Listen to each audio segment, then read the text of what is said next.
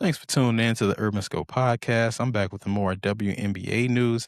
And of course, the Chicago Sky has been one of those teams, those unusual teams that do we really know who they are? Because the Sky, we've always known, has been one of the worst organizations in the WNBA. They've done a horrible job keeping their talent. They've won championships, but for the most part, especially over the last 4 or 5 years, they've been a horrendous organization. They had number one. They have had a number one draft pick be traded in her prime, in Angel Reese. They've let Kennedy Carter go.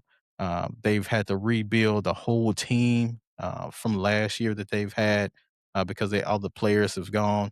So it's been a mess out there. But them beating the Portland Fire the other day, 124-94, so a 30-point win, especially when you're only playing 10 minutes quarters and you're putting up 124 points in a game, makes it appear that your team is better than it is, especially with you breaking the assist record for a game for a team with 38 assists in a game. No other team has done that. So kudos to Chicago Sky for doing that because it does show some ability for them to work as a team. It does show some ability for them to effectively pass the basketball and make the right basketball play. So it shows those things. Um, but previously the record was 37 by the Storm in just 2022. But this is one of the most shocking records broken by anyone this year, a person or a team, because like I said before, Chicago's been pretty much a mess. They're like 6 games under 600. Um, and I'll talk about their wins, those 6 wins, because those 6 wins are not as impressive as it might seem on paper. Because when you look at them, you're like, okay, this team is 6-12. They can go on a little streak and they can get back. But those wins are not that impressive. Because they had a 6 game losing streak before winning these 2 previous games against the Portland Fire. Because when they beat Portland Fire, um, they were on a 6 game losing streak. But then you beating the Fire twice is not that impressive because they're an expansion team. They don't really have much chemistry. They don't have big names, that many big names, if any big names.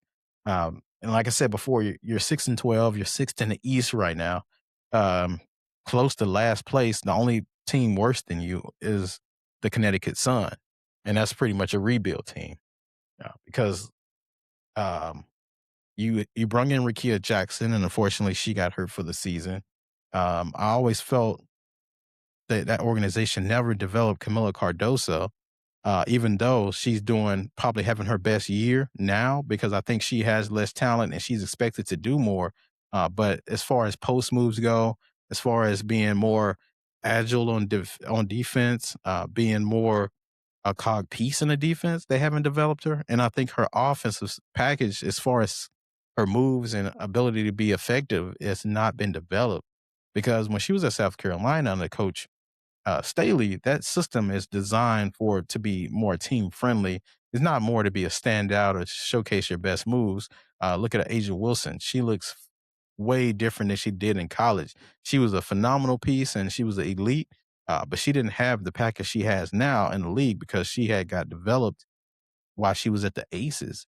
Uh, I can't say that the Chicago Sky has developed Cardoso in any kind of way.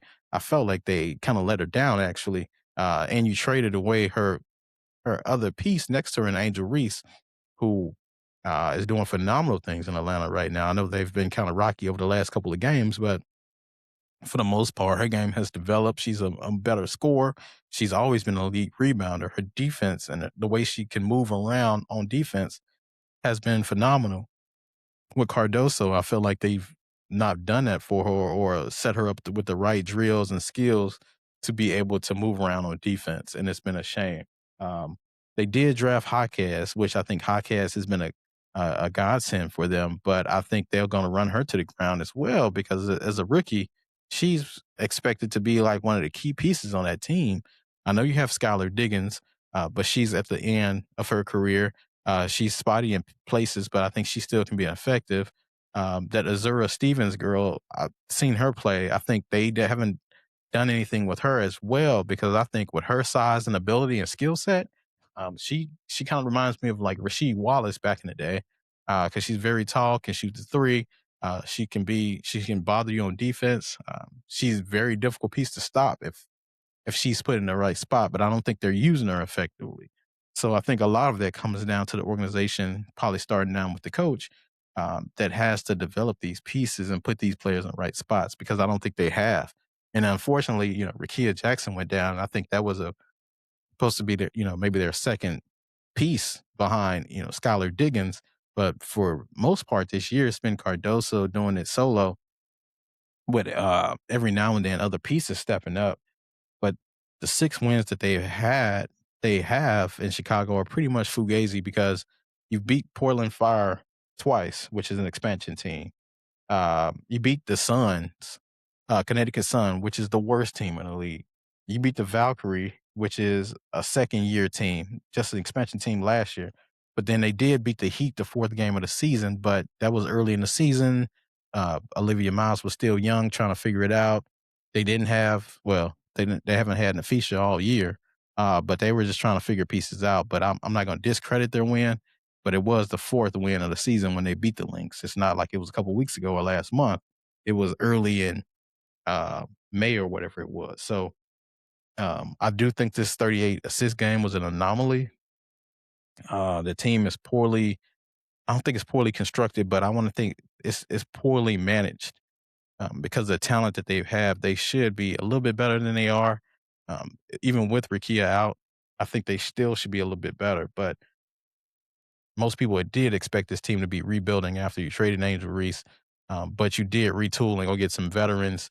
You did get some key players, and you still should be better than what you are. But I think it's poorly managed, and I think Tyler Marsh has to show management something this year, or he'll probably be out because they did let uh, Coach, Teresa Witherspoon go while they Angel Reese was still young, which I still don't get, which is one of those organizational things with Chicago that's always been bad. But I don't know, Tyler Marsh, I don't see him getting another year if they don't make the playoffs or they at least show some kind of promise before the end of the year. Because with the pieces that you bring in, you're not in a rebuilding year because you bring in Rikia, who was out. We talked about that. You bring in Natasha Cloud from New York. You barely use her. She can be a lot more effective. You bring in Dejanay Carrington, which she got hurt as well, and then you bring Azura Stevens, who was another veteran piece, but you're not doing anything with these pieces, especially Natasha Cloud. I don't know why she don't get the minutes, because I know she's behind Skylar Diggins, but you can still mix and match those minutes better. But he has to show something before the end of this year, or I don't think Tyler Marsh will keep his job. But tell me your thoughts about the Chicago Sky and the abomination that's going on there. Until next time, I'll see you next time.